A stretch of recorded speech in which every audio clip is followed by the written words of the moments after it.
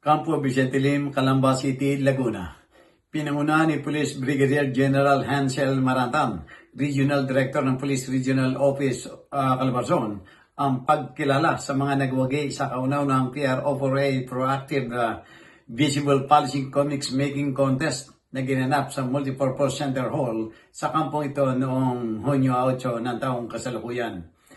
Bitbit ang temang sama-sama, gawin nating walang ligtas ang Calabarzon para sa mga kriminal. Layunin ng patimpalak na pag-isahin ang mga estratehiya ng Oplan Galugad, Oplan Bantay Dangal, Oplan Bandilyo at ang Unified 911 Emergency System upang mas mapalakas ang pagpigil sa krimen, pakikilhok ng komunidad at kaligtasan ng publiko sa buong rehiyon. Ayon kay Police Brigadier Marantan, ang aktibidad ay alinsunod sa mandato ng Philippine National Police at sa focus agenda ng Chief PNP na si Police General Jose Melesio Nartatis Jr.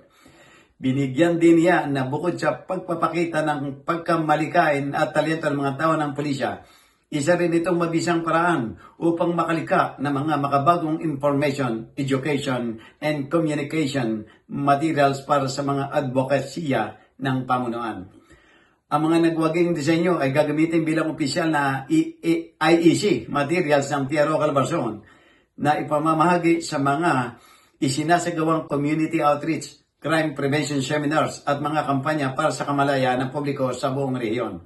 Samantala, tinanghal na kampiyon ang Regional Investigation and Detective Management Division, RIDMD. Nasungkit naman ng Regional Community Affairs and Development Division ang ikalang pwesto, habang nakuha ng Batangas Police Provincial Office ang ikatlong pwesto. Jojo Cesar Magsumbulgulat para sa journalnews.com.ph.